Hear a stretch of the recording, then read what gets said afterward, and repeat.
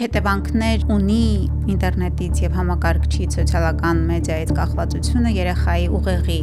դեռահասի ուղեղի զարգացման վրա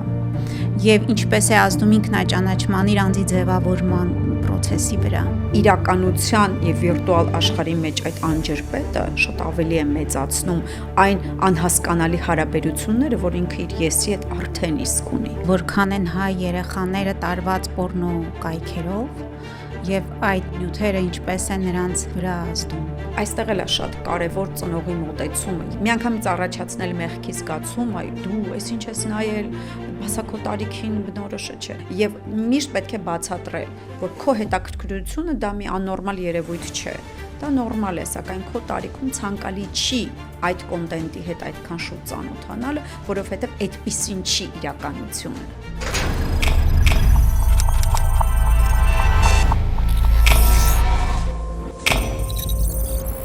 Եթե դիտում եք մեր զրույցներն ու հավանում, խնդրում եմ սեղմեք լայք, նաև բաժանորդագրվեք Elscope ալիքին ու ակտիվ եղեք մեկնաբանությունների բաժնում, թողեք ձեր կարծիքը, նաև գրեք ինչ թեմաներ են ձեզ հետաքրքրում եւ մենք անպայման կարձագանքենք։ Իսկ այսօրվա մեր զրույցի թեման է ինտերնետը եւ սոցիալական հարթակների ազդեցությունը դեռահասների հոգեկան առողջության վրա։ Իմ զրուցակիցն է հոգեբան Նունե Աղասյանը։ Բարև ձեզ Նունե։ Բարև ձեզ, Լիլիթ, շնորհակալություն հրավերի համար։ Ես եմ շնորհակալ, որ եկաք։ Նունե, վերջերս հետազոտությունը պարզել էր, որ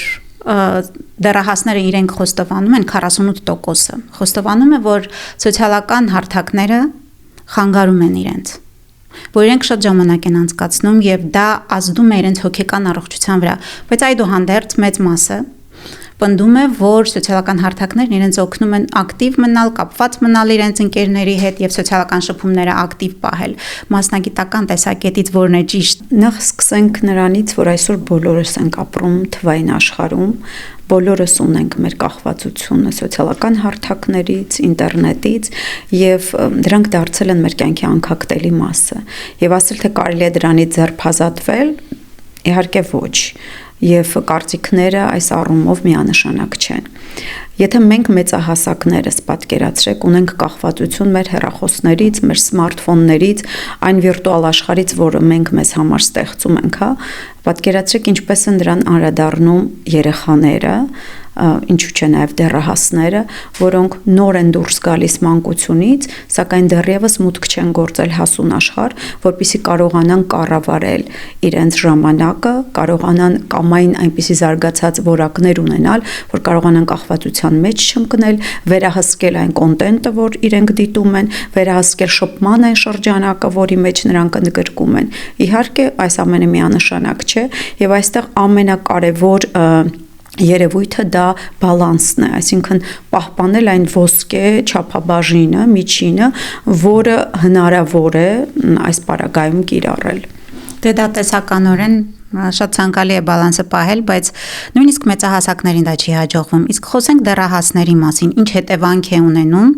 դեռահասների կախվածությունը հեռախոսից, ինտերնետից եւ սոցիալական մեդիայից։ Գիտեք, այսօրվա դեռահասները ինչպես բոլոր ժամանակներում են դա ասում, դեռահասները միշտ սերնդեսերունդ տարբերվում են, մեծահասակներից, որտեղ դեռահասությունը ընդհանրապես անձի զարգացման ժամանակահատվածում ամենաբարդ, ամենաճգնաժամային ժամանակահատվածն է, երբ ինչպես արդեն նշեցինք, երեխան մեծանում է եւ հանկարծակի դուրս է թռչում մանկությունից եւ դեռևս չի գտնվում մեծահասակների աշխարհում։ Նա կորցնում է իր իդենտիկությունը, նա փորձում է պատասխանել այն հարցին ով եմ ես, սկսում է շատ խիստ դրսևորվել սեպարացիան, այսինքն առանձնացումը ծնողներից, կորցնում է ծնողի ռեֆերենտային անձ լինելու այսպես կարևորությունը, ավելի կարևոր են դառնում սոցիալական հարաբերությունները, միջավայրը, շփումները, շատ լուրջ բեկումնային ժամանակահատված է հոգեբանական զարգացման, ֆիզիոլոգիական զարգացման, սեռադերային վարքի զարգացման առումով, այսինքն երեխան այնպիսի քաոսի մեջ է գտնվում իր ներքին եւ արտաքին մղումներով, այնքան մեծ հարցերի քանակ կա, որ նա ինքը չի կարողանում պատասխանել եւ այս ամբողջ փնջով նա ընկնում է մի աշխարհ, մի վիրտուալ աշխարհ, որտեղ ստանում է թվացial ինքնուրույնություն, թվացial ազատություն եւ մի միջավայր, որտեղ իրեն ավելի քիչ են քննադատում, մի միջավայր, որտեղ ավելի քիչ պետք պետք է նա դրսևորի իրեն այնպես ինչպես ինքը կա, իր իրական կերպարով, չէ որ մենք սոցիալական հարթակներում կարող ենք մեզ ներկայացնել այնպես ինչպես մենք ուզում ենք, կարող ենք ստեղծել մի կերպար, մի աշխարհ, հորինել, եւ շատ հաճախ այդ հորինվածքը այնքան է մեզ տանում, որ այլևս իրական աշխարհում մենք դժվարանում ենք մարդկանց հետ շփվել։ Այս շատ հասարակ սկսենք նրանից դեռահասները, երիտասարդները ինչքան են սկսել խուսափել հեռախոսազանգերից անգամ։ Իրենք պատրաստ են SMS-ներով իրար հետ հաղորդակցվել, անգամ վերբալ շփումը, գրավոր շփումն է քչացել, այսինքն իրար հետ շփվում են կարճ սմայլիկներով, շփումը դարձել է շատ լակոնիկ, շատ կարճ, խուսափում են զանգել, խուսափում են անգամ իրենց ձայնը դրսևորելուց, որպեսզի իրենց տրամադրությունը չերևա այդ պահին իրական, այսինքն ինչքան հնարավոր է, խուսափում են իրականությունից։ Եվ սա այն ժամանակահատվածն է դեռահասությունը, որտեղ երեխան շատ հեշտ է ընկնում այս ազդեցության տակ, որովհետև նորից եմ կրկնում, նրա կամային որակները դեռևս այնքան զարգացած չեն, որ նա կարողանա հստակ եւ ճիշտ չափաբաժնով այդ ամենը իրականացնի, եւ դրա համար շատ կարեւոր է ծնողի վերահսկողությունը եւ ծնողի առկայությունը երեխայի կյանքում այս պարագայում։ Դա կարծում եմ ամենակարևորն է։ Այո, ինտերնետը, այո, համակարգչային խաղերը, այո, այն չվերահսկվող կոնտենտը, որ երեխաները շատ հաճախ դիտում են, միանշանակ ուղղակիորեն կարող է ազդել նրա հոգեկան առողջության վրա, վարքային դրսևորումների, էմոցիոնալ հուզական դրսևորումների վրա։ Երեխաները կարող են դառնալ ավելի ագրեսիվ, կոնֆլիկտային, խնդիրներ առաջանան ընտանիքում, շրջապատում, հասակակիցների հետ, հա, եւ այս ամենի հիմքում ընկած է այն լուրջ ստրեսային,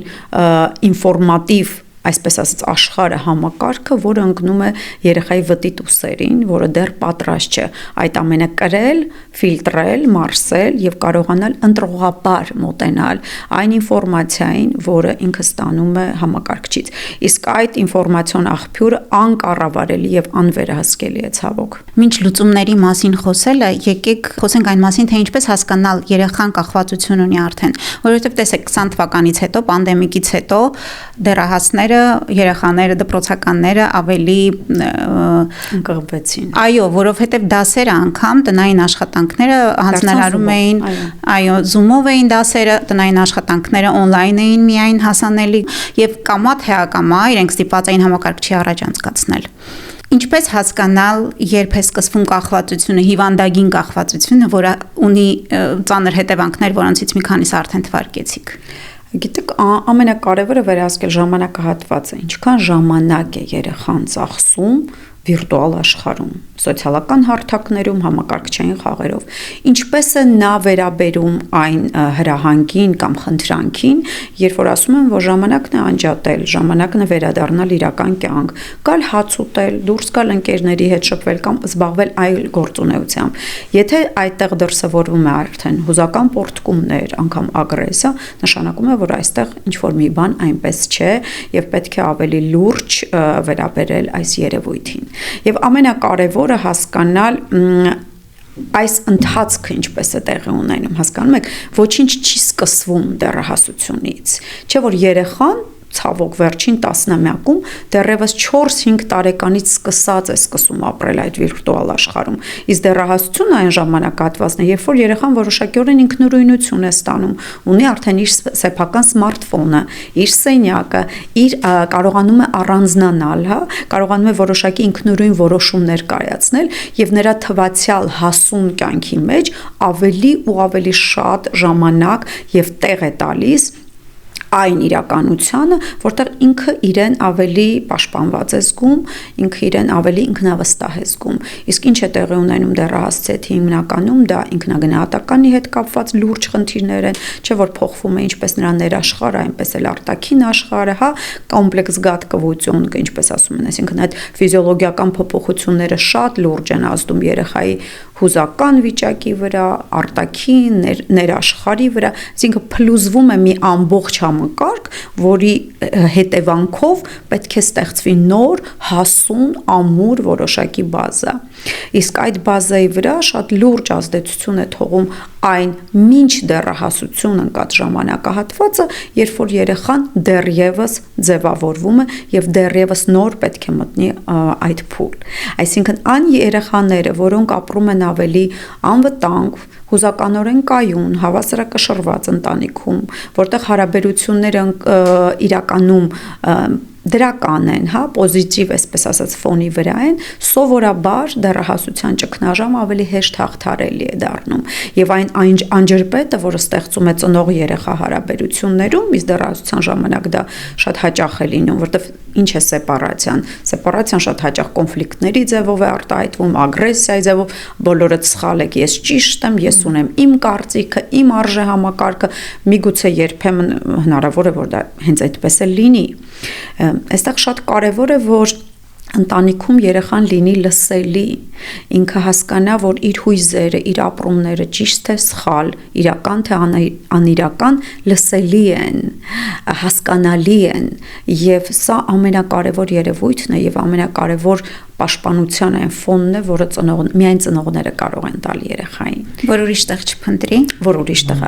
ուրիշ տեղ չփնտրի, որովհետև այդ տարիքում այսպես թե այնպես ավելի են կարևորում սոցիալական հարաբերությունները, ընկերական հարաբերությունները, որովհետև երեխան իր սոցիալական դերն է փորձում փնտրել, ինքը փորձում է յուրային դառնալ սոցիալական տարբեր խմբերում, ինչի են ասում, այդ շատ դժվար տարիք է, պետք է զգուշ լինել, որ վատ շրջապատ չընկնի երեխան, որովհետև հենց շրջապատն է դառնում որոշակի այն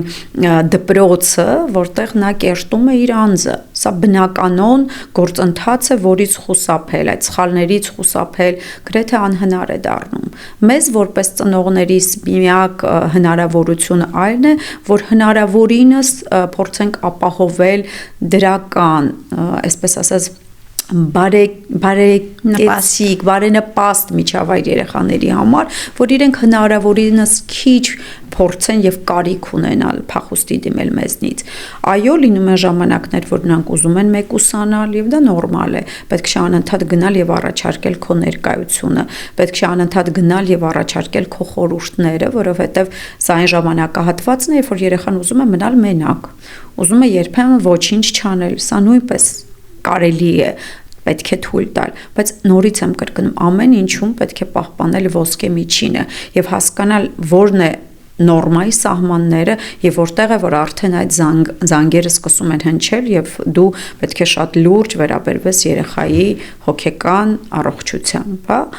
այսինքն երեխաներ կան, օրինակ շատ են դիմում այդպիսի ծնողներ, որ երեխան օրերով դուրս չի գալիս սենյակից, ոչ մեկիս հետ չի ուզում շփվի, անգամ մոռանում է իր կենսական պահանջմունքների մասին, որովհետև այո, վիրտուալ աշխարհը, համակարգչային խաղերը կարող են այնպես երեխային ընկղմվել, այնպիսի կախվածություն, որովհետև կախվածությունը այսօր արդեն դասակարգված է։ Համակարգչային կախվածությունը արդեն դիտարկվում է որպես հիվանդություն, արդեն խնդիր, որի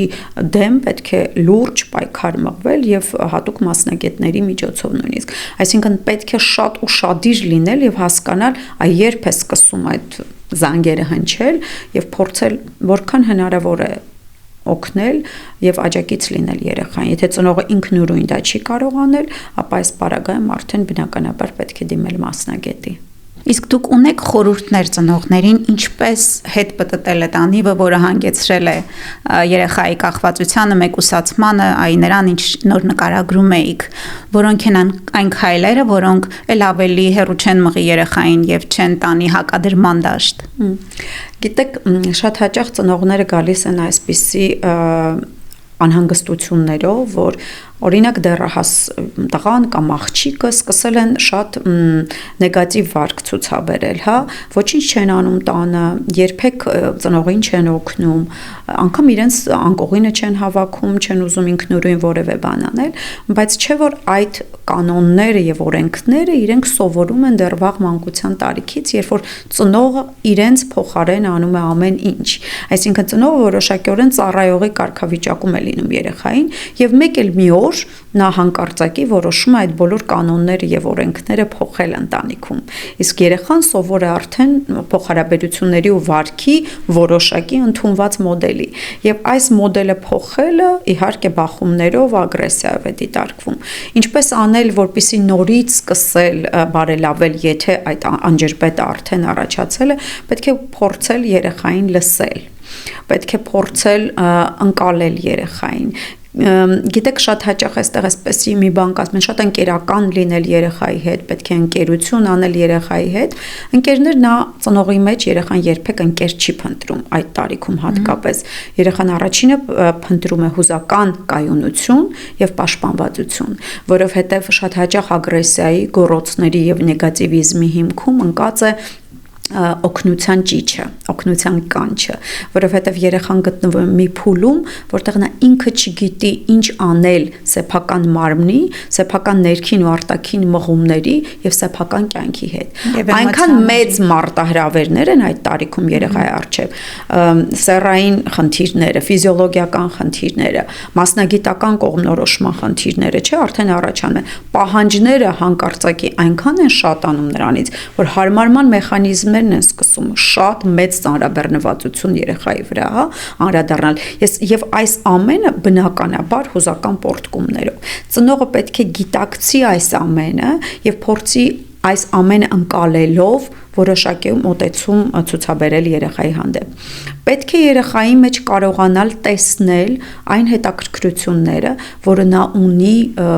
համակարգչից, ինտերնետից զատ։ Ես միշտ ասել եմ, վաղ տարիքից, եթե ուզում եք, որ ձեր երեխան դեռահասության փուլը այս ֆիզիոլոգիական խնդիրները հեշտ ավելի տանի, անպայման նա պետք է ունենա հետաքրքրություններ, հոբբիներ։ Երեխան պետք է զբաղվի ֆիզիկական ակտիվությամբ, սպորտով, արվեստով, ինչի վերաբերյալ, որ նա ունի որոշակի հետաքրքրություն, որովհետև դա ժամանակ է նրանից պահանջում, ներգրավվածություն եւ կերտում է նրա անձը։ Եվ այդ բախումները, խնդիրները, այն ժամանակի մեծ ընթացքը, որ նա չգիտի ինչով իրեն զբաղեցնել, իսկ հիմիկվա երեխաների ամենամեծ խնդիրը այն է, որ իրենք ոչինչ չեն ուզում եւ չգիտեն ինչով իրենց զբաղեցնել։ Հասկանում եք, մեր ժամանակ, երբ որ մենք էինք դեռահաս, այդ բոլոր հարցերի պատասխանը բակն էր։ Իսկ այսօր ցավոք, եւ դա դեռահասներին մեղադրելու չի, մենք ապրում ենք լրիվ ուրիշ աշխարհում եւ մեզնից բոլորիցս հարմարման շատ մեծ ռեսուրսներ են անհրաժեշտ, որպեսզի մենք սովորենք հարմարվել նոր մարտահրավերներին, նոր օրենքներին եւ նոր աշխարհին։ Եվ ասել, որ իրենք լավը չեն, իրանք էսպիսին են, այնպիսին են, դա միանշանակ սխալ է իհարկե, որովհետեւ իրենց համար շատ ավելի բարդ է այս աշխարհում ապրել, հարմարվել, որովհետև ժամանակահատված այնքան արագ է փոխվում, տեխնոլոգիական նորամուծությունները այնքան արագ են, կայծակնային արագությամբ են փոխվում, որ մենք այսօր արթնանում ենք լրիվ ուրիշ աշխարհում, վաղ կարող ենք արթնանալ թվային լրիվ այլ հնարավորությունների աշխարհում, որը ընդհանրապես մարդ տեսակի վրա այնքան հասուն, ձևավորված, կամային ձևավորված որակներով շատ դժվար է իրականանել։ Իսկ դեռահասի համար բնականաբար 10 պատիկ ավելի դժվար է։ Պետք է լսելի լինի դեռահասը, պետք է զգա, որ տանը իրեն ընդունում են այնպիսին, ինչպիսին ինքը կա, հա։ Դրա հետ մեկտեղ չպետք է թույլ տալ թողտվական մոտեցում, այսինքն դե լավ, մենակ թե բունտ չանես, ամեն ինչ անենք քո ուզածով։ Այսինքն ընտանիքում պետք է լինեն հստակ կանոններ, որտեղ ծնողը պետք է անպայման ռեֆերենտային դեր կրի, այսինքն ունենա որոշակի հեղինակություն երեխայի մոտ։ Ամենամեծ խնդիրը առաջանում է այն ժամանակ, երբ որ ծնողը կորցնում է հեղինակությունը սեփական երեխայի աչքերում։ Եվ երբ որ այդ սահմանները սկսում են լղոզվել, դեռահասության տարիքում դա շատ արագ վերափոխվում է մանիպուլյացիայի։ Եվ պետք է այս սահմանը շատ հստակ հասկանալ ու գիտակցել։ Մենք մեր երեխայի ընկերը չենք, մենք այն պաշտպանական, հուզական հավասարակշռության եւ ապահովության հիմքն ենք, որի ֆոնի վրա նա գնում է աշխարհ եւ պետք է ստեղծվի ու փորձի նորից գտնել այն ապահովությունը, հանգստությունը ու ներդաշնակությունը, որ ինքը ունեցել է իր ընտանիքում։ Հասկանում եք, մեր գործը, մեր խնդիրը որպես ծնող միայն դա կարող է լինել։ Ցույց տալ ճանապարհները։ Գիտեք, դեռահասի համար շատ կարևոր մի բան կա։ Շատ կարևոր է թե դու յուրաքանչյուր հրահանգ, յուրաքանչյուր երևույթ ինչպես ես իրեն հասցնում այդ ինֆորմացիան։ Եթե դու դա ասում ես հրամայական տոնով, դա միանշանակ ագրեսիա, բունտ, նեգատիվիզմով է դիտվում։ Եթե դու ասում ես որպես իրականություն, ցույց ես տալիս դրա փաստերը եւ ասում ես, գիտես, ընտրությունը քոնն է։ Եթե դու այսպեսին ես տեսնում քո կյանքը, եթե դու գնաս այս սխալ ճանապարհով, օրինակ, հա, քո կյանքում կունենաս այս խնդիրները, բայց իրականում դու կարող ես ընտրել։ Եթե դու այդպեսին ես պատկերացնում քո ապագան, ես այլևս ոչինչ չեմ կարող անել քեզ համար։ Շատ հաճախ դեռահասների ամենամեծ խնդիրը հենց դա է։ Ես որոշեցի։ Այ երեխան կարող է գալ ասել, ես չեմ ուզում դպրոց գնալ, ես հոգնել եմ այս դպրոցից, ուզում եմ գնալ homeschooling, տանը նստել on-line, ես հոգնել եմ, ինչպես միշտ գիտենք, այս շատ լուրջ խնդիր է, չէ՞, երեխաների համար։ Երբ որ ծնողը անդադ պայքարում է, ոչ, գիտես, դպրոցը ինչ հրաշալի բան է, չէ՞, պետքա գնաս անպայման եւ այլ։ Երեխայի մոտ առաջին նեգատիվիզմն է հակառակվել, ցույց տալ, որ սա իմ որոշումն է, ես կարող եմ ինձ համար որոշումներ կրել, ես ավելի լավ։ Երբ որ ասում ես, գիտես, ես գտնում եմ, որ դա սխալ է, որովհետև ու բերում ես հստակ փաստարկներ, բայց ի վերջո որոշողը դու ես, որտեվ դա քո կյանքն է։ Ես որպես մեծահասակ, որը անցել է այդ ճանապարհը, ունեմ այս տեսլականը կյանքի, իրականության եւ ապագայի։ Անկամ դե երեխայի դեմքը փոխվում է։ Իսկ միգուցե ես անեմ այդ քայլ ու հետո փոշմանեմ, զղջամ արածիս համար։ Արդեն որոշումը քոնն է։ Հասկանում եք, այստեղ ամենակարևորը, որ մեզ թվում է, որ մենք կայացրեցինք այդ որոշումը, որ մեր վրա չկա այդ ճնշումը, պարտադրանքը, դեռահասի հետ խոսել պարտադրանքի լեզվով, զրկել, վախեցնել, արգելել, դա այսպես ասած, եթե նուրբ ասենք, ոչ բարենպաստ իրավիճակն է, հա, ծնող երեխա փոխհարաբերությունների ձևավորման վրա։ Երեխային պետք է լսել, նրա հույզերը, նրա ցանկությունները, պահանջմունքները, այսպես validate անել,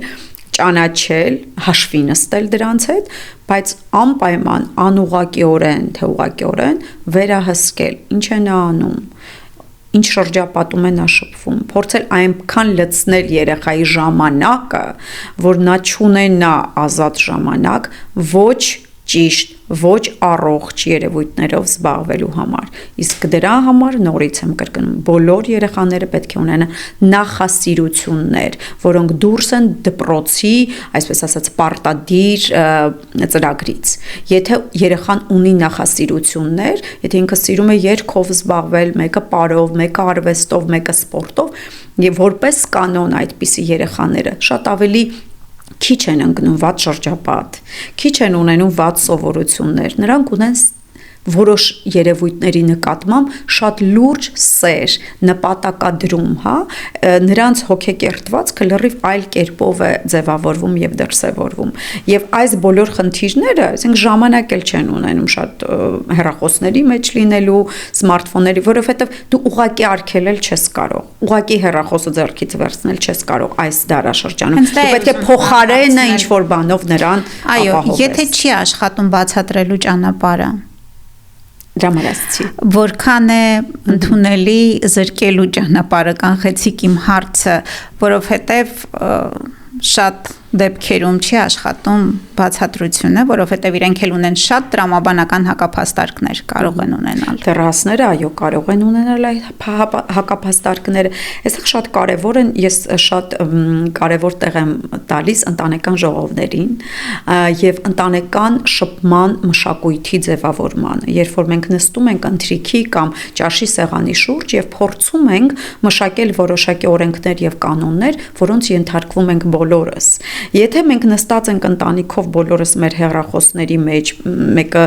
կոմպյուտերի մեջ է նստած, մայրը հեռախոսի մեջ, իսկ երեխային արգելված է դա ունենալ, հա, ուղղակի ինքը նստած եւ նայում է, թե ծնողները ինչով են զբաղվում, այս երևույթը չի աշխատի։ Եթե մենք ունենք ժամանակ, որ գիտես, օրինակ, դու հիմա մենք ունենք ժամանակ, որը միայն մեր համար է։ Մենք պետք է ֆիլմ դիտենք միասին, ընթրենք միասին, ինչ որ հաճելի ժամանակ անցկացնենք միասին, բայց դրա փոխարեն դու ունես որոշակի ժամանակահատված, որը դու կարող ես քո սմարթֆոնով զբաղվել, բայց իհարկե վերահսկելի կոնտենտով։ Եվ այստեղ շատ կարևոր է հասկանալ, որ տարիքի մասին է խոսքը։ 16-17 տարեկանում դա ավելի դժվար է իրականացնել։ 10-11 տարեկանում դեռևս դա հնարավոր է իրականացնել, որովհետև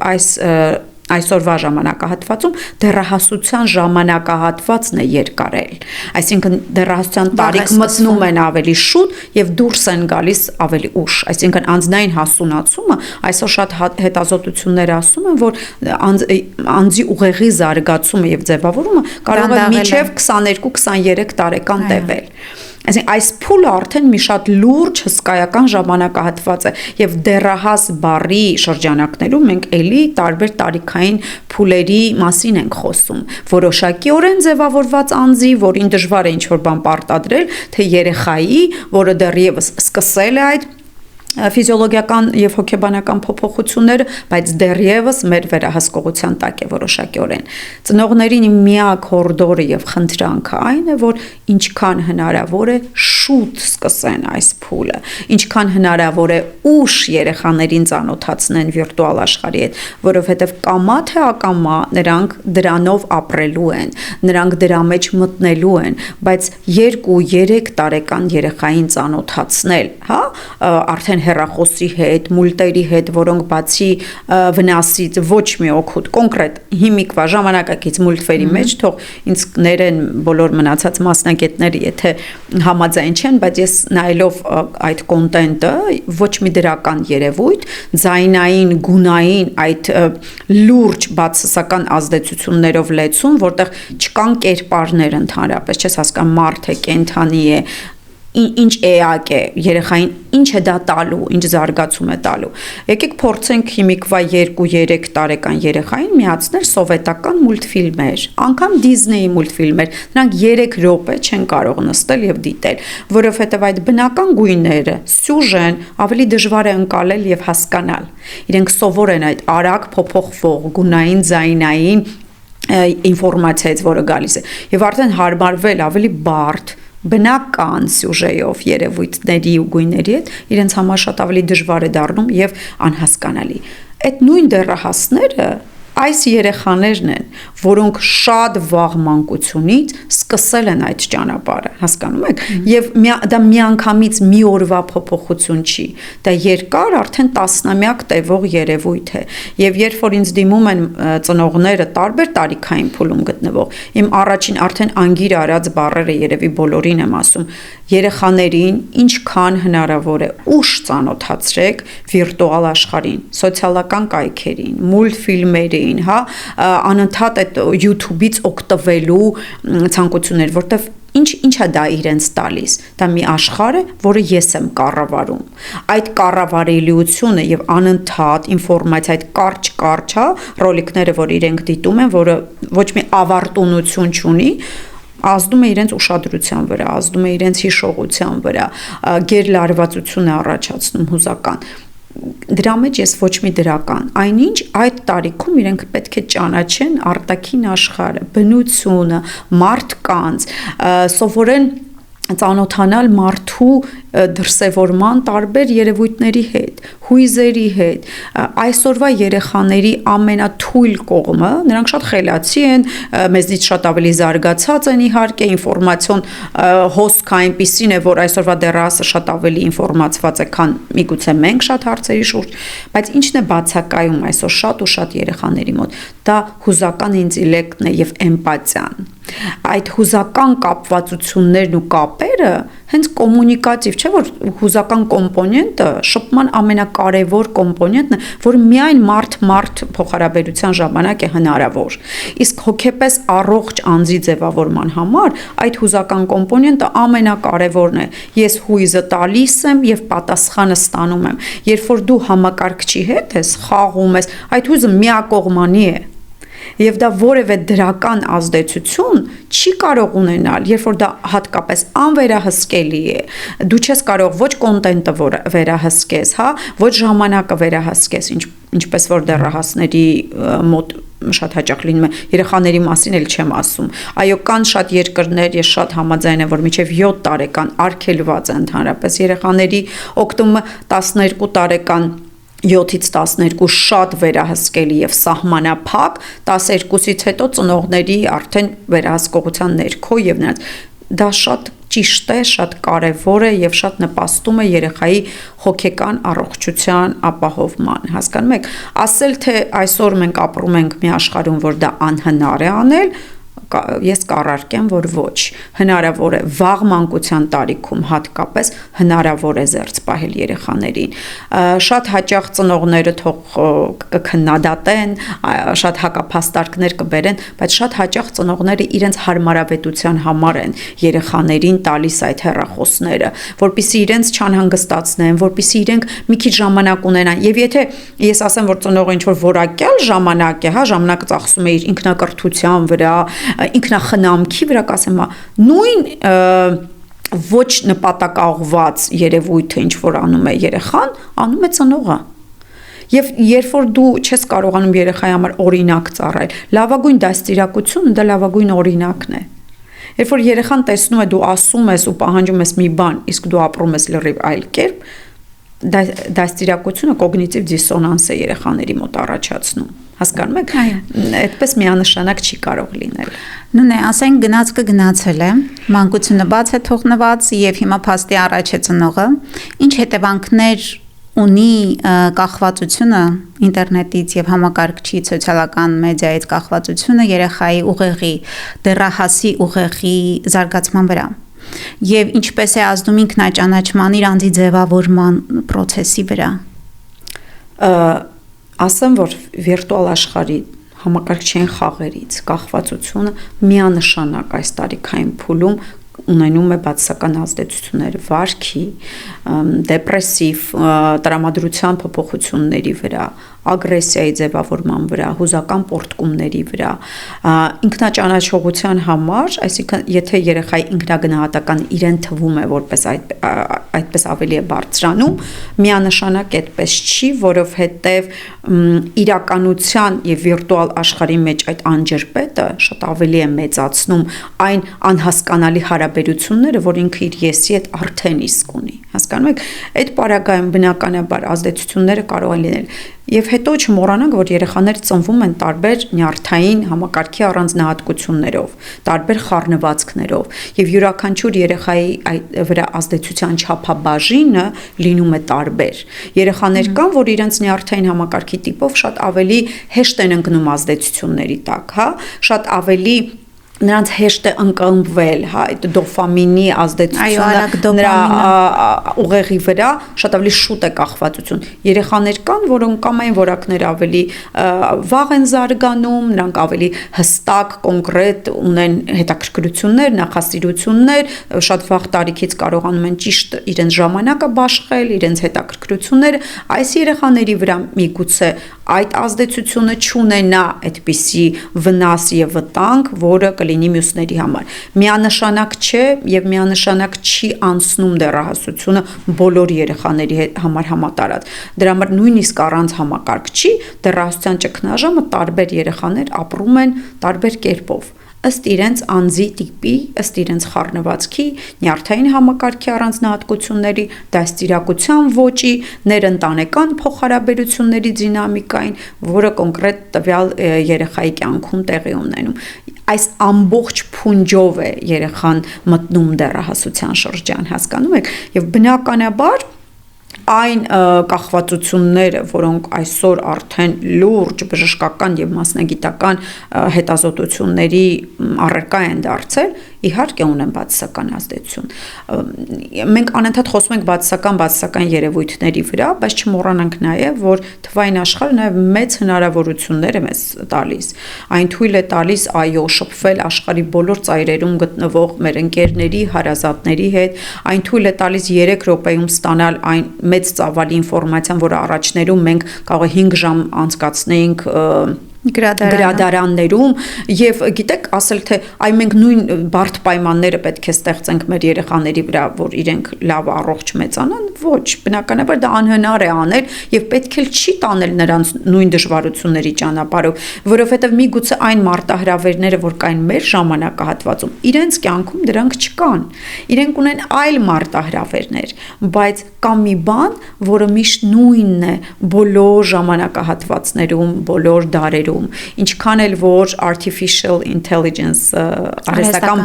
բանականությունը մտնի մեր աշխարհ, համակարգիչը, վիրտուալ կյանքը, մենք պետք է չմոռանանք, որ դեռևս աշխարհում ապրում են մեր ճանաչած աշխարհում ապրում են մարդիկ, որոնք սոցիալական էակներ են եւ նրանց հոգեկան առողջությանը նպաստող եւ պայմանավորող գործոնները դեռևս նույնն են, այսինքն դրանք հուզական կապերն են, դրանք շփումն է, փոխազդեցությունը այլ մարդու հետ եւ ինչքան դա ավելի քչանում է մեր կյանքում, այնքան դեպրեսիվ խանգարումները ստրեսը, որ անընդհատ է։ Առաջ հիմա բոլորը գնում են հոգեբանի մոտ, երբ որ ստրեսային իրավիճակում են հայտնվում, ասում են, առաջ հոգեբաններ չկային, որովհետև առաջ կային հարևաններ, առաջ կային ընկերներ, որոնց հետ շփումը անսահմանափակ էր եւ դու քո բոլոր խնդիրների լիցքաթափումը, լավ թե վատ, դու կարող ես ստանալ այդ փոխազդեցությունների շրջանակում եւ դրա համար կարիքը ավելի քիչ էր դառնում։ Ես հենց դա եմ ուզում հարցնել, արդյոք համացանցի կախվածությանը եւ դրա վնասներին չի հակակշռում հայ երեխաների մոտ հարազատախնամյա ծանոթա բարեկամական ցանցը եւ արդյոք այդ վնասները ավելի նկատել եք, որ պակաս են հայ երեխաների մոտ, թե տարբերություն չկա։ Ես այսպես կարող եմ ասել, իմ դիտարկումները Ամերիկայում եւ Հայաստանում երևի այսպես ասենք,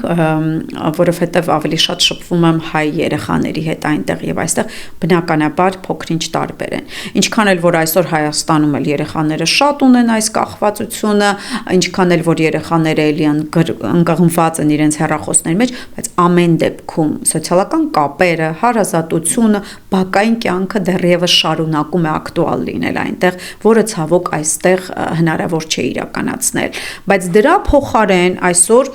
շատ են այն գիտակից ծնողները, որոնք փորձում են երեխաներին այստեղ այնքան զբաղված պահել, տանել բազմապիսի խմբակների, սպորտի, որ երեխաները ուղղակի ժամանակ չունենան, այսինքն նրանց ժամանակը լցվի որոշակիորեն օգտակար գործունեությամբ, քան նրանք կարող էին անցկացնել, երբ որ լիներ այդ ազատ ժամանակը։ Այո, Հայաստանում դեռևս այդ մշակույթը պահպանված է եւ ես հուսամ, որ դեռ երկար դա կպահպանվի եւ չի կորի այդ հարազատությունը, հարաբերությունները այսօր այստեղի երեխաներին դա չես կարող մեղադրել, որովհետեւ այս երկրում պահանջները, պայմանները տարբեր են։ Կա ապահովության խնդիր, անվտանգության խնդիր, բակային կյանքը դրա համար էլ բացակայում է այս երեխաների մոտ, բայց դրա փոխարինման, եթե մենք հիշենք մեր մանկությունը, երիտասարդությունը, մենք Հայաստանում էլ շատ չէին սպորտային խմբակները, շատ տարածված չէր, որ երեխաները գնում էին բազմապիսի 5-6 խմբակի, որովհետև մենք սպորտով զբաղվում ենք Բաքում, երգով, արվեստով զբաղվում ենք Բաքում, բազմապիսի շոուներ ենք կազմակերպում մեր բակային ընկերների հետ, մենք դրա կարիքը չունենք։ Այսօր այդ խմբակների գործունեությունը շատ լայն է ծավալվում եւ շատ օգտակար, որովհետեւ մենք ունենք այն իրականությունը եւ աշխարհը, որտեղ ապրում ենք եւ պետք է մենք այդ օրենքներով փորձենք ապրել եւ փորձենք այդ իրավիճակում հարմարվել եւ փորձել հնարավորինս քիչ վնասներով դուրս գալ այս ամենի միջից, որովհետեւ իրավիճակը այնպեսին է, որ հստակ ոչ մեկս, ոչ մի մասնակից այսօր չի կարող ասել վաղը մեզ ինչ է սպասվում եւ այսօրվա երեխաները վաղը ինչ են դառնալու եւ այս մեր գաղափարախոսություններն ու արժեքները, որոնք հիմա դեռևս մնում են ակտուալ, նրանց դա պետք գալու է թե ոչ։ Իմ կարծիքով դա համամարտկային է, դա միշտ լինելու է, միշտ անհրաժեշտ է լինելու մարդկային արժեքները, անձի կարևորությունը, մարդու կարևորությունը, էմպաթիկ հատկությունները, բայց թե նրանց համար ինչն է կարևոր լինելու 30-40 տարի հետո, դա ցույց կտա միայն ժամանակը։ Իսկ վնասների համացանցից կախվածության եւ վիրտուալ աշխարհի վնասների տեսակետից կա տարբերություն, սեռային տարբերություն աղջիկների եւ տղաների վրա։ Աղջիկների եւ տղաների մոտ դրսևորումներն են տարբեր, որտեղ համակարգչային խաղերով կոնկրետ ավելի տղաներն են շատ տարված, իմ դիտարկումները կարող է հակասեն ինձ այլ մասնագետներ, բայց իմ դիտարկումներով ավելի շատ տղաներ ունեն կախվածություններ։ Աղջիկները ավելի սոցիալական ցանցերից ունեն կախվածություն, դա էլ սեռադերային վարքի առանձնահատկություններով է պայմանավորված, հա, ինչպես ներկայացնել այդ սոցիալական շփումների առանձնահատկությունն է, որ աղջիկներին ինչպես ցույց տալ, ինչպես մտնել աշխարհ, ինչպես իրեն ճանաչելի դարձնել, հա, այդ շփումների առանձնահատկությունն ու տարբերությունն է։ Նու ավելի ագրեսիվ խաղերով, որոնցով մեր տղաները հիմնականում զբաղվում են, հետաքրքրությունը բնականաբար ավելի տղաների կողմն է, բայց կախվածություն ունեն նույն չափ եւ տղաները եւ աղջիկները, դրսևորումները միգուցե տարբեր լինեն, բայց որ անընդհատ նստում են 5-6 երեխա գնում են իրար հետ շփման, հա, որոշակի տեղ եւ վեցնել իրենց հեռախոսներում, ամեն մեկը մի բան է անում, մեկը լայքերն է իր ստուգում, մյուսը խաղ է խաղում, մյուս ուղակի այսպես ռոլիկներ է թերթում, բայց բոլորը կտրված են իրականությունից։ Սա է ամենամեծ խնդիրն ու չարիքը, ես կարծում եմ, որը մենք այս պահին ունենք եւ դրա հետ փորձում ենք սովորել ապրել։ Իսկ ձեր պրակտիկան ինչ է ցույց տալիս, որքան են հայ երեխաները տարված պորնո կայքերով եւ այդ նյութերը ինչպես են նրանց վրա ազդում։ Գիտեք, բնականաբար այդ տարիքում միշտ դարեր շարունակ երեխաների հետաքրքրությունը, հա, ընդհանրապես սեռական կյանքի, իր ֆիզիոլոգիական փոփոխությունների, իր պահանջմունքների դրսևորումների փոփոխությունների առումով միշտ այդ հետաքրքրությունը եղել է, կա, իսկ հիմա ուղղակի հասանելիությունն է փոխվել։ Ազդեցությունը բնականաբար բացասական է, որովհետև ինչքան երեխան հասուն տարիքում բախվի, հա, այս իրականության, այնքան ավելի լավ, որովհետև նա կարող է տարբերակել իրականն ու ոչ իրականը, նորման եւ ոչ նորման, հարաբերությունների ձևավորման ամբողջ ընթացքը եւ շատ ավելի վնասակար է, երբ որ երեխան դա անում է ավելի վաղ տարիքում, երբ նա դեռ չի ճանաչում ոչ իր մարմինը, ոչ իր պահանջմունքները, ոչ անձնային հարաբերությունները ընդհանրապես եւ միանգամից բախվում է մի իրականության, որը շատ հաճախ շոկի է նրան ենթարկում եւ բացի բացասական երևույթներից, հա, դրսևորումներից, տհաճություն, վախ, մեղքի զգացում, որ ես դիտել եմ, այստեղ էլ է շատ կարևոր ծնողի մոտեցումը, եթե նա արդեն տեսել է կամ արդեն գիտի, որ իր երեխան տեսել է, նայում է կամ մտել է նմանատիպ կայքեր, ինչպիսի զրույց պետք է վարել երեխայի հետ։ Միանգամից առաջացնել մեղքի զգացում, այ դու ես ինչ ես նայել, բասակո տարիքին բնորոշը չէ։ Պետք է սկսել նրանից, որ ես հասկանում եմ, որ դա քեզ հետաքրքիր է, որովհետև դու մեծանում ես, փոխվում ես, ուզում ես հասկանալ մարդկանց հարաբերությունների դրսևորումները եւ երևույթները, բայց ես քեզ կարող եմ ասել, որ յուրաքանչյուր հարաբերություն սկսվում է ուրիշ կերպ եւ ոչ միշտ է որ դու շփումից, այո, հուզական, հոգեկան, էմոցիոնալ շփումից եւ միշտ չէ որ այն ինչ որ դու տեսնում ես այդ կայքերում դա իրականությունն է եւ դա դու չես կարող տարբերակել դու նորմալ հարաբերությունների ընթացք ես տեսնում թե ոչ եւ միշտ պետք է բացատրել որ քո հետաքրքրությունը դա մի աննորմալ երևույթ չէ դա նորմալ է սակայն քո տարիքում ցանկալի չի այդ կոնտենտի հետ այդքան շուտ ծանոթանալը, որովհետև այդպիսին չի իրականությունը, հասկանում եք, որտեղ ուղղակի ֆիլմեր են, որոնք նախատեսված են մեծերի համար, որովհետև մեծերը պատրաստ են այդ ինֆորմացիան ընտրողաբար վերաբերվել, հա, պատրաստ են հասկանալ, ճանաչել եւ այն ինչ որ իրենց տհաճություն է պատճառում չշարունակել դիտել իսկ երեխաների մոտ միշտ ինչ որ այն ինչ արգելված է ավելի հետաքրքիր է եւ իրենց կլանում է շատ հաճախ պետք է զրույց ուղղակի ճիշտ սկսել եւ միակ ամենակարևոր բանը որ երեխայի մոտ մեղքի զգացում չառաջանա եւ ուղղակի բացատրել զրուցել այդ թեմայով եւ ցանկալի է որ յուրաքանչյուր սեռի ծնողը խոսի երեխայի հետ որովհետեւ օրինակ տղաների համար դժվար է մայրիկի հետ այդ թեմայով խոսել եւ հակառակ աղջկա համար բնականաբար հայրիկի է դրա համար յուրաքանչյուր սեռի երեխայի սեռադերային հասունացման այս ժամանակահատվածում իր սեռի ծնողի առկայությունը շատ մեծ առավելություն է իր համար նույնը մայրիկների էջերում Facebook-ի ավելի ու ավելի հաճախ են հարցերը խորհուրդ տվեք լավ հոգեբան դեռահաս երեխայիս համար շատ գրեթե ամեն օր արդեն հանդիպում են այդ էջերում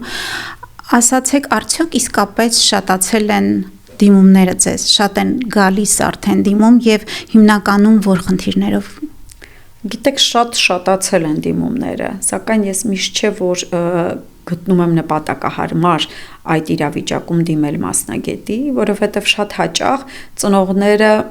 ուղղակի չեն ուզում խորանալ, ուղղակի չեն ուզում ժամանակ ծախսել, ուղղակի չեն ուզում ճանաչել, հասկանալ սեփական երեխային եւ անպայման ուզում են ներգրավել երրորդ մարդու, որովհետև իրականում որպես այդպիսին խնդիր էլ չեն դնում։ Ուղղակի ինձ չի լսում, չի ենթարկվում, այ ինչ անել ես իրավիճակում կամ բախումներ կան ընտանեկան, հա, ես այդ ժամանակ միշտ սկսում եմ ծնողի հետ աշխատանքից, որովհետև եթե պահանջը գալիս է ծնողից, իսկ երեխան համարում է, որ իր կյանքում ամեն ինչ հիասքանչ է եւ նա ոչինչի կարիք չունի, ապա մասնագետի պետք է անպայման այս պարագայում դիմի ծնողը, հասկանալու համար ինչ տարիքային փուլում է գտնվում իր երեխան եւ յուրաքանչյուր բունտ, յուրաքանչյուր ագրեսիվ դրսևորում անպայման ունի իր սկզբնապատճառը եւ եթե դու սկզբնապատճառը, սկզբնաղբյուրը հասկանում ես որպես ծնող, միշտ ավելի հեշտ է այդ երևույթներին։ Կան իրավիճակներ, որ ծնողը տարբեր բաներ է փորձել, մոտեցման տարբեր ձևեր է փորձել, տեսնելով որ դրանցից ոչ մեկը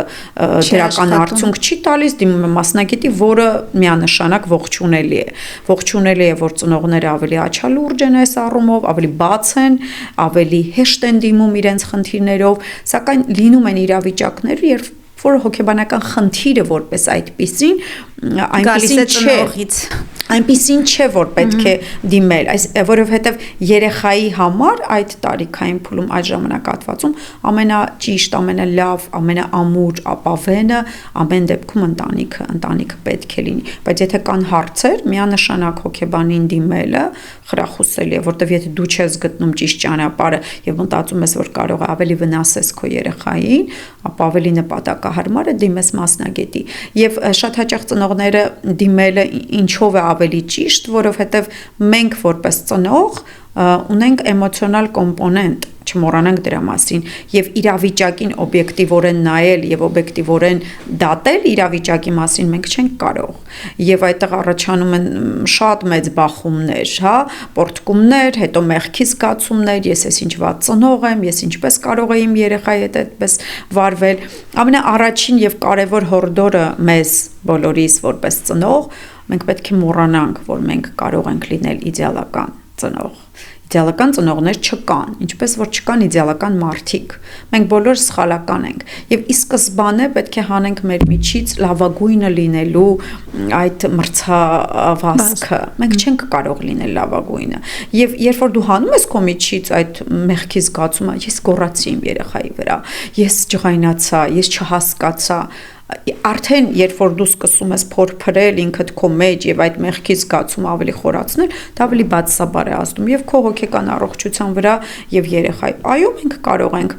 սխալվել, մենք բոլորս սխալական ենք, մենք ունենք դրա իրավունքը, ամենակարևորը մենք հասկանանք, որ մենք սիրում ենք մեր երեխաներին, մենք ընդունում ենք նրան այնպիսին, ինչպիսին իրենք կան, իրենց դժվարություններով, իրենց տարիքային դժվարություններով, հա, հոգեբանական այդ ցնցումներով, որը կյանքի ընթացքում նրանք անընդհատ են բախվում։ Երեխան, երբ որ լույս աշխարհ է գալիս, արդեն իսկ սկսում է նրա դժվարին, խրթին ճանապարհը, առանձնացում ծնողից, ներգրավում մեծ հսկայական աշխարհում, որը բազմապիսի մարտահրավերներ է արդեն իրենից ներկայացնում։ Գիտեք, ինչի է այսօր ավելի բարդ, քան եղել է օրինակ 30-40 տարի առաջ, միշտ սերունդների պայքարը եղել է միշտ, իրար չհասկանալը, ծնողներ, երեխաներ միշտ եղել է, բայց այսօր վերջին տասնամյակում մենք ունենք մի ժամանակաշրջան, երբ որ կյանքն ու աշխարհը փոխվում են ամեն վայրկյան։ Եվ դրա համար այն անջրպետը, որը մեր եւ մեր երեխաներին է արդեն բաժանում, հսկայական է, որ մենք հետսովետական երեխաները թերևս որոշակի առումով կիսում էինք մեր ծնողների արժեհամակարգը, որտեղ մենք նույն աշխարհում էինք ապրում, շարունակում էինք ապրել նույն աշխարհում։ Մեր երեխաները այլևս մեր աշխարհում չեն ապրում, եւ նրանց համար այն կյանքի պատմությունը, որը մենք հաճախ իրենց պատմում ենք, ան դժվարությունները, որոնք հա մութ ու ցուրտ տարիներին մենք անցել ենք, նրանց համար իրականություն չէ։ նրանց համար ինչ որ մի ֆիլմից է, շատ հեռավոր անցյալից, որ իրանք հասկանալ, ճանաչել, մտնել դրա մեջ շատ դժվարանում է։ Մենք պետք է ունենանք լավ ուսուցիչներ, որպեսզի նրանք կարողանան այս աշխարհում սովորեցնել երեխաներին ճիշտ ապրել, կարողանալ հարմարվել, ավելացնել նրանց հարմարման ռեսուրսները։ Ամեն ինչ գալիս է ընտանիքից եւ կրթությունից։ Ինչ կրթություն ենք մենք ստանում, ինչպես ենք սովորում ապրել այն աշխարհում, որտեղ մենք ծնվել ենք եւ ստիպված ենք այդ աշխարհում ապրել ու հարմարվել։ Այս է ամենակարևոր հոգեպես առողջ անձի ձևավորման գրավականը։ Եթե ամփոփենք այս վերջին հարցի պատասխանը, եթե ճիշտ հասկացա, երբ խնդիր է առաջանում ծնող դեռահաս հարաբերություններում, լավ կլինի ծնողը մտածի նախ եւ առաջ ինքը իր մեջ նայելու, միգուցե խնդիրը իր մեջ է եւ ինքը դիմի հոգեբանի։ Գիտեք, եւ իր փոփոխությամբ գուցե դեռահասի հետ խնդիրը ինքնըստինքյան վերանա։ Այստեղ ամենակարևորը մի բան է, որ ծնողը միշտ պետք է հիշի։ Դեռահասը երբեք չի եղել դեռ իմ տարիքում եւ իմ կարգավիճակում, բայց ես նրա տարիքում եւ նրա կարգավիճակում արդեն եղել եմ։ Եվ որոշակի առումով այս ծանրաբեռնվածությունը, պատասխանատվությունը ծնողի վրա ավելի շատ է։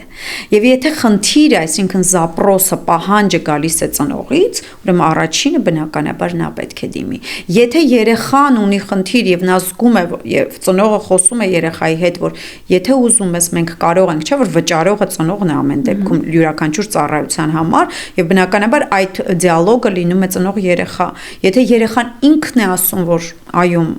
ես գտնում եմ, որ ես կարիք ունեմ, դա լրիվ ուրիշ հարց է։ Բայց եթե ծնողը ինքն է այդ անհարմարավետությունը ապրում, այդ դժվարությունը ապրում, իհարկե ճանապարհը սկսում է ծնողից միանշանակ։ Բայց մյուս կողմից էլ երբ ծնողը տեսնում է երեխան կախվածության մեջ է, ձեր ասած օրինակը, որ ասել էին օրերով դուրս չի գալիս սենյակից, այդ դեպքում բայց երեխայից էլ չի գալիս տագնապը, որ ինձ հետ մի բան այն չէ, ծնողը ինքն է նկատում։ Այդ դեպքում պարտավոր է իհարկե հետևից գնալ խնդրին։ Այստեղ հենց կոնկրետ իրավիճակի վրա եմ։ Կար մի իրավիճակ, երբ որ ծնողը ինձ զանգեց, ասեց երեխան շատ ծանր իրավիճակում է, դուրս չի գալիս սենյակից, չի լողանում ամիսներով, սա արդեն լուրջ կլինիկայի գնացող խնդիր էր։ Ես տվեցի նրան ուղղորդումները, տվեցի ինչ մասնագետների պետք է դիմել եւ իր պահվածքը ինչպիսին պետք է լինի այդ իրավիճակում, որպիսի գոնե չվնասի երեխային, հա, որտեվ երեխային անհնար էր մասնագետի մոտ տանելը, նա հրաժարվում էր դուրս գալ ընդհանրապես շփվել ինչ որ մեկի հետ, նա ուղղակի հրաժարվում էր։ Այդ ժամանակ, երբ որ ծնողը որոշակի աշխատանք տարվեց ծնողի հետ, ես աշխատում էի ծնողի հետ, երեխայի հետ պետք է աշխատեին այլ մասնագետներ, երեխա ասելով դեռահաս էր արդեն։ Ծնողի միայն փոփոխությունը վերաբերմունքի մոտեցման բավականին լուրջ դրական փոփոխություններ մտցրեց այս իրավիճակի մեջ, որտեղ անգամ եթե դեռահասն է, բնականաբար դեռահասն է գտնվում այդ բարդ իրավիճակում, ծնողն է այն հենարանն ու հենասյունը, որը պետք է կարողանա ճիշտ իրավիճակ ստեղծել եւ ճիշտ մոտեցում ստեղծել, որպեսզի անգամ եթե երեխան պետք է հետո դիմի մասնագետի, նա կարողանա գնալ այդ քայլին։ Այդ նեգատիվիզմն ու բունտը կարողանա կոտրել երեխային։ Նման մի իրավիճակ այսօր լսում էի մի հոգեբանի, ինքն էր իր պրակտիկայից նկարագրում եւ ասում է ծնողի հետ աշխատելուց հետո 1 տարի տևեց, բայց եկավ ասած 1 տարի հետո, որ կոտրվեց անջրպետը եւ ասում է հետո հարցրել է տղային, ասել է ինչ եղավ, ինչու փոխեցիր վերաբերմունքդ, ասել է ես հասկացա, որ դու ինձնից ձեռք քաշեցիր, վերջապես ինձ հանգիստ թողեցիր։ Այս հանգիստ թողելու մասին շատ կարևոր մի նկատառում կուզենայի անել։ Շատ հաճախ խնդիրներ են առաջանում հենց այն մայրիկների մոտ, ովքեր որ ապրում են իրենց երեխաների կյանքը։ Այսինքն այնքան են զուլված իրենց երեխաների կյանքով, հետաքրքրություններով, խնդիրներով, որ չեն թույլ տալիս, որ այդ բնականon առանձնացումն ու անջատումը իրականանա եւ բունտը ագրեսիան այս իրավիճակում անխուսափելի են։ Դրա համար ես միշտ ասել եմ, որ ծնողը պետք է ունենա իր հետաքրքրությունները, պետք է իրեն ընկալի որպես առանձին սուբյեկտ այս աշխարհում իրականության մեջ։ Ինչքան էլ մենք սիրում ենք, պաշտում ենք բոլորս մեր երեխաներին, բայց մենք նրանց ծնված օրվանից այդ գիտակցումը պետք է բարձր պահենք, նրանք մարդիկ են առանձին, որոնց մենք օգնում ենք դուրս գալ արտաքին աշխարհ, ճանաչել այդ աշխարհը եւ տալիս ենք նրանց ռեսուրսներ ու հմտություններ, որ իրենք կարողանան ճիշտ կերպով նավարկել այս ծովում։ Մենք ուղղակի այն, գիտեք, լապտերն ենք կարծես, որ մեր երեխաների կյանքում միջև նրանց հասունությունը փորձում ենք նրանց ճանապարհը լուսավորել։ Մենք չպիտի անենք նրանց փոխարեն։ Այս է ամենակարևոր նյուանսը։ Մենք պետք է օգնենք, ուղղորդենք, եթե կարիք կա խորհրդի, խորհուրդ տանք, բայց նրանց փոխարեն, սկսած ամենավաղ տարիքից, ինքնասպասարկման հմտություններից, միջև լուրջ կյանքի որոշումներ կայացնել ու դժվարություններ հաղթարելը, մենք նրանց փոխարեն ոչինչ չպետք է անենք։ Մենք պետք է անենք ուղղորդելով, զրուցելով, լսելով, կիսելով իրենց, էմպաթիան ցուցաբերելով մենք այո այդ լապտերը պետք է լինենք, բայց ոչինչ չանենք, որովհետև իրականում գալու է մի ժամանակ ցավոք, որ այլևս մենք չենք կարողանալու նրանց փոխարեն անել ամեն ինչ, եւ այդ ժամանակ կյանքի մարտահրավերներին դիմակայելը շատ ավելի բարդ է լինելու նրանց համար։ Դրա համար ծնողները պետք է լինեն ինքնաբավ, ունենան իրենց կյանքը, իրենց հետաքրքրությունները առանց երեխայի իրենց աշխարհը, որպեսզի այդ երեխային էլ հանգիստ թողել։ Ես դրա համար մինչ այդ նշեցի։ Այո, երեխաները պետք է ինչ-որ ժամանակ մենակ անցկացնեն։ Դեռասների մոտ բոլորի մոտ լինում է նրանք ժամերով կարող են փակվել սենյակներով, իրենց ինչ-որ հետաքրքրություններով երաժշտություն լսել, իրենց դա նորմալ է։ Մինչև ինչ-որ ժամանակ եւ ինչ-որ սրության հասնելու այդ ծնողը արդեն իր ինտուիցիան ծնողական պետք է միացնի, որ հասկանա երբ է ավարտվում դեռահասության այդ առանձնացման մղումը մեկուսացումից, որի դեպքում արդեն պետք է լուրջ որոշակի քայլեր ձեռնարկի ծնողը։ Իսկ հոգեբանական զարգացման խանգարումներից որոնք են այսօր շատ տարածված դեռահասների մոտ։ Այսօր ուշադրության կենտրոնացման վարքային, այսինքն ADHD, ADD, հիպերակտիվությունը, այո, դրանք այն խանգարումներն են, այսպես ասած, որոնք այսօր շատ հաճախ են հանդիպում, բայց նորից եմ կրկնում, դրանք նյարդաբանական խանգարումներ են, որոնցով այդ առանձնահատկություններով երեխան արդեն ծնվում է, սակայն հենց այդ նույն համակարգիչը, այդ կախվածությունները ել ավելի են սրում, առանց այդ էլ բարդ հոգեհուզական վիճակը նրանց։ Իսկ համակարգչային կախվածություն ինքնին կարող է բերել նյարդաբանական խանգարումների, այսօր դա արդեն ապացուցված է, որից հնարավորինս պետք է խուսափել, սահմանափակել, կառավարելի եւ վերահսկելի դարձնել անպայման։ Մենք ապրում ենք մի ժամանակահատվածում, որտեղ ստրեսային գործոնները ինֆորմացիայի տեսքով ամեն րոպե, ամեն վայրկյան գալիս են այնքան մեծ քանակությամբ եւ այնքան սրընթաց, որ այդ ամենի հետ մեկտեղ միանշանակ եւ բնական է, որ մարդու հոգեկան նյարդային վիճակը չի կարող նույնը լինել, ինչ որ 40-50 տարի առաջ։ Ինչի են հիմա դեպրեսիաները, ստրեսային խանգարումները, նյարդաբանական տարբեր այլ խանգարումներ, ավելի ակտուալ, քնի խանգարումները, որտեղ հենց մենք նույն այդ վիրտուալ ինտերնետային աշխարհն է, անծայրածիր ինֆորմացիոն հոսքն է, որը շատ հաճախ ուղղակի ընկալել, հիշել, մտապահել, ֆիլտրել, դա շատ մեծ ռեսուրսներ է մեզանից պահանջում։ Դրա համար մենք բոլորս այսօր ունենք մի շարք մասնագիտական աջակցության կարիքներ, այսպես ասած, եւ գիտեք, սա մի իրականություն է, որից ոչ թե պետք է վախենալ, ոչ թե պետք է փոխել կամ օրինակ ամաչել ու ժխտել հաճախ, ժխտել կամ ասել, այ մեր ժամանակ, ինչքան մենք ունենք այնինչ ունենք։ Եթե մենք կարող ենք այնպիսի մեր փոքր միկրոաշխարհում դեռևս պահպանել այն արժե համակարգից, ինչ որ բաներ, որ մենք մեզ հետ բերել ենք մեր մանկությունից, իդեալական է։ Եթե ոչ, ապա ուղղակի պետք է ամուր այսպես ասած ամուր ռեսուրսներ փոխանցենք մեր երեխաներին, որ կարողանան պահպանել մարդկային տեսակին բնորոշ իրենց առանձնահատկությունները, հմտություններն ու հնարավորությունները եւ գնալ այս մեծ աշխարհ եւ դիմակայել այս նոր մարտահրավերներին։ Սա է ամենակարևորը։ Գիտեք, էլի մի մասնագետի լսում էի, ասում էր, փորձեք վերականգնել ձեր հարաբերությունները դեռահասի հետ, օրինակ, եթե նա փակված է սենյակում, ոչ թե պնդեք, որ դուռը բացի եւ շփվեք, ինչ որ հետաքրքիր զրույց նախաձեռնեք, այլ դա արեք այն ժամանակ, երբ դուռը բացվում է, երբ բացվում է գա ջուր խմի։ Օգտագործեք այդ փոքրիկ պահը, եթե կաշխատի, չէ, մի ստիպեք, մի պարտադրեք ձեր ներկայությունը դեռահասին։ Ամենակարևորն է երեխային օգնել այն ժամանակ, երբ որ նա պատրաստ է այդ օգնությունը ստանալ, խորհուրդ տալ այն ժամանակ, երբ որ նա պատրաստ է եւ ուզում է այդ խորհուրդը լսել։ Դա շատ հեշտ է իրականում։ Եթե դու, այսպես ասած, դիտողականությունը ավելի լավ է արտահայտված եւ դու կարողանում ես քո երեխային դիտել, ուսումնասիրել, ճանաչել, հասկանալ նրա հոգեվիճակը, այ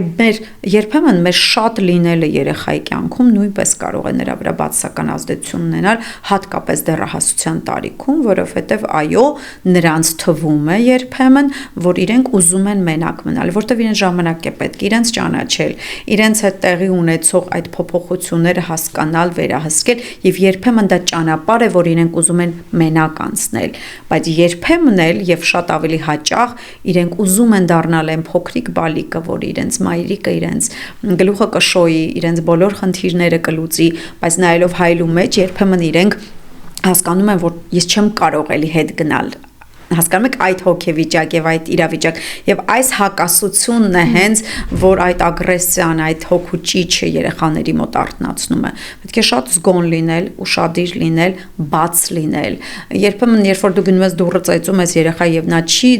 արձագանքում, պետք է ասել ես պատրաստ եմ, դու հենց ուզենաս, ես միշտ պատրաստ եմ քեզ լսել, ես այստեղ եմ, ես թողում եմ քեզ դու անցկացնես ժամանակդ մենակ, մտածես մի քիչ, լացես, եթե պետք է, հա, անցնես այդ փուլը, բայց ես միշտ այստեղ եմ, եթե քեզ պետք է իմ օգնությունը, դու միշտ կարող ես ինձ դիմել։ Սա այն ամենակարևոր բառերն են, որը յուրաքանչյուր երեխա անկախ տարիքից ուզում է եւ պետք է լսի իր ծնողից։ Ոչ թե միայն պարտադրանք, միայն պահանջներ եւ միայն քննադատություն։ Գիտեք, ամենակարևոր բանը, երբ որ մենք երեխան մեզ ինչ որ բան սկսում է պատմել,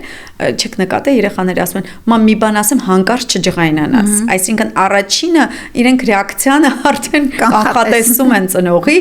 եւ մեր դեմքի անգամ արտահայտությունը պետք է այնքան հանգիստ լինի, որ երեխայի մոտ նվազեցնենք նրա արդեն իսկ դրսևորվող տագնապայնությունը, որ նա իմանա, որ մենք պատրաստ ենք նրան լսել, պատրաստ ենք նրան պաշտպանել, անկախ իրավիճակից, նա կյանքում ինչ սխալ էլ անի, միևնույն է ծնողը ցանկալի է իհարկե, որ սխալներ չգործի, ու լուրջ սխալների մասին է, բայց դա գրեթե անհնար է։ Մենք ուզում ենք, որ նրանք հասկանան, որ մենք ամեն իրավիճակում պատրաստ ենք իրենց օգնել, պատրաստ ենք իրենց չքննադատել, լսել եւ լինել այն, այսպես ասած, բարձը, այն ուսը, որի վրա միշտ իրենք կարող են անկախ տարիքից դնել իրենց գլուխը եւ իրենց զգալ ապահով, ամուր եւ պաշտպանված, սիրված ու պաշտպանված, դա ամենակարևորն է։ Նույնը եթե ամփոփենք մեր զրույցը շատ հետաքրքիր էր, իհարկե ամբողջովին խորհուրդներից էր բաղկացած ձեր խոսքը, բայց եթե ամփոփենք, փորձենք կարճ մի քանի խորհուրդ տալ ծնողներին, ինչ անել։ Ձեր փորձից ելնելով, որոնք են աշխատել, որ քայլերը ծնողների, որ արագ արդյունք են տվել։ Գիտեք, այստեղ ես պետք է խոսեմ ոչ միայն որպես հոգեբան, այլ նաև ծնող, որ այսօր ունի երկու դեռահասներ, մեկը որ նոր է մուտք գործում, մեկը որ արդեն դեռահասության մեջ է։ Լավ տեսք ունեք երկու դեռահաս ունենալու համար։ Շնորհակալություն։ Պետք է ասեմ, որ միշտ չէ, որ մենք միշտ ճիշտ ենք անում ամեն ինչ։ Լինելով անգամ մասնագետ 15 եւ ավելի տարվա փորձով, որ աշխատել է երեխաների, դեռահասների, ընտանիքների հետ բազմապիսի խնդիրներով, մենք բոլորս սխալական ենք, կարող ենք եւ սխալ գործել։ Բայց մենք ամենակարևոր երևույթը, որ պետք է հասկանանք, առաջինը, մեր երեխաները չպետք է ապրեն մեր երազանքներով։ Երկրորդը, մեր երեխաները մեր կցորդը չեն։ Այս ամենաբարդն է, ամենադժվար երևույթն է, որ մենք դժվարանում ենք գիտակցել։ Երբ որ երեխան ծնվում է, մենք ոչ թե պետք է ասենք, որ սա իմն է, ինքը իմն է, ասենք, տեսնես ով է եկել լույս աշխարհ, ես ուզում եմ իր հետ ծանոթանալ։ Եվ այդ ծանոթանալու գործընթացը չպիտի սկսվի դեռահասության տարիքում, պետք է սկսվի դեռ վաղ մանկության տարիքից։ Մենք պետք է ճանաչենք մեր երեխային, նրա նախասիրությունները, հետաքրքրությունները, փորձենք լինել իր կյանքի ուղեկից լապտեր ամբողջ կյանքում։ Դրա վրա երբեք մեր չստացված կյանքի ծանրությունը, մեր չստացված, չիրականացված երազանքների ծանրությունը չգցենք։ Երեխան պետք է զբաղվի այն գործով, որը ինքն է սիրում։ Նա պետք է զբաղվի նրանով, ինչի նախասիրությունը եւ ռեսուրսը, որ ինքը ունի։ Մենք կարող ենք լինել խորհրդատու, ուղեկից, բայց մենք նրա փոխարեն իր կյանքը ապրել չենք կարող։ Սա ամենակարևոր երևույթն է։ Միշտ պետք է լսել երեխային, միշտ պետք է ունենալ հեղինակություն երեխայի մոտ։ Գիտեք, երբեմն ես 21-րդ դարում շատ մոդայիկ տարածված խոսք է gentle parenting։ Ես այնքան էլ համամիտ չեմ այս երևույթին, որովհետև շատ հաճախ հենց gentle parenting-ը խառնում են ամենաթողության հետ եւ դեռ վաղ մանկության տարիքից, երբ որ երեխան ունի սահմանափակումներ, չգիտի որն է լավը, որը վատը, որն է կարելի, որը չի կարելի, դեռահասության տարիքում այդ բոլոր ստացված, չստացված սուր անկյունները տասնապատիկ, հազարապատիկ ավելի սրված են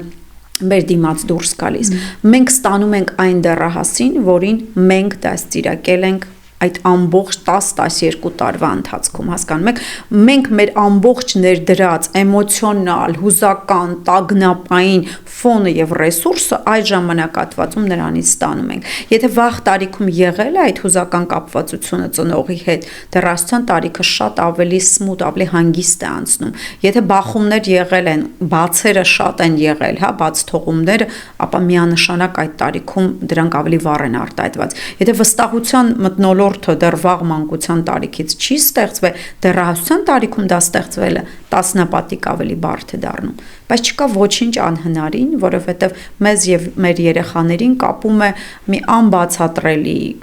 այսպես բնազդային, գիտակցական եւ ենթագիտակցական այնպիսի ամուր կապեր, որ միայն պետք է սեր, հավատ, լսել մեր երեխային, ճանաչել նրան եւ զգուշորեն մոտենալ նրա փխրուն ապակուց բաղկացած այս տարիքային փուլում, հա, հոգեվիճակին, որը ամենակարևոր երևույթը դա չվնասելն է։ Եթե դուք զգում եք, որ դուք ինքներդ չեք կարող, ի վիճակի չեք, ամոթ չէ դիմել մասնագետի, ամոթ չէ լսել խորհուրդներ եւ ամոթ չասել, որ ես սխալվեցի, որ ես ճիշտ չեմ կարողացել մոտենալ, որովհետև բոլորս կարող ենք եւ սխալվել, եւ սխալ մոտենալ մեր երեխային, որովհետև նորից եմ կրկնում, այնտեղ որտեղ կա հուզական կոմպոնենտը, հույզերը երբեք չեն թույլ տալիս, որ մենք լինենք միշտ ճիշտ։ Դրա համար միշտ ասում են, երբ որ դու մի իրավիճակում ես, փորձի հուզական գնահատական չտալ։ Չնայած երբեմն այդ հենց հուզական գնահատականն եմ ես ճիշտ տեղ տալիս, բայց երբեմն էլ այն խանգարում է սթափ լինել, հատկապես երբ որ մեր երեխաներին է դա վերաբերում։ Մեր տագնապայնությունն ու մեր վախերն են հենց այդ բունտը առաջացնում։ Հասկանում եք, մեր անկարողությունն է, ծնողը ագրեսիա է դիմում, գոռում է ինչից։ Անկարողությունից ու թուլությունից։ Եվ երբ որ երեխան տեսնում է, որ իր դիմացի հասուն մեծահասակը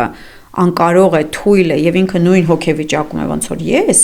բնականաբար այստեղ հեղինակության մասին խոսել արդեն ավելորդ է։ Այսինքն այս թեման այնքան խորն է եւ այնքան լայնածավալ ու բազմաշերտ, դրա մասին կարելի է մի 4 հաղորդման մեջ խոսել։ Եվ կխոսենք։ Հենց այդ անկարողությունն է, որ շատ հաճախ բախում առաջացնում։ Մենք շատ հաճախ մեր դեռահասների հետ շփվում ենք դեռահասի կարգավիճակից ելնելով։ Կռվում ենք, նեղանում ենք, ջղայնանում ենք։ Այո։ Այս ժամանակ մեր մեջ չի խոսում մեծահասակը, չի խոսում ծնողը, հասկանում եք, խոսում է այդ նույն խնդիրներով դեռահասը, անկարող երեխան, որը իր խնդիրները անգամ չի հասցրել դեռևս լուծել դեռահասության երբեմն։ Եվ ի վերջո գոռալով հեղինակություն չես պարտադրի, եւ դա պարտադրանքով չի, դա ձևավորվում է ժամանակի ընթացքում, բայց եթե դեռահասության տարիքում օրինակ եղել է մի պահ, որ երեխան անհարգալից է վերաբերում ծնողին, պահանջները ներկայացնում բունտեր, երբեք այդ հարաբերություններում հարցեր պարզել ու շարունակել զրույցը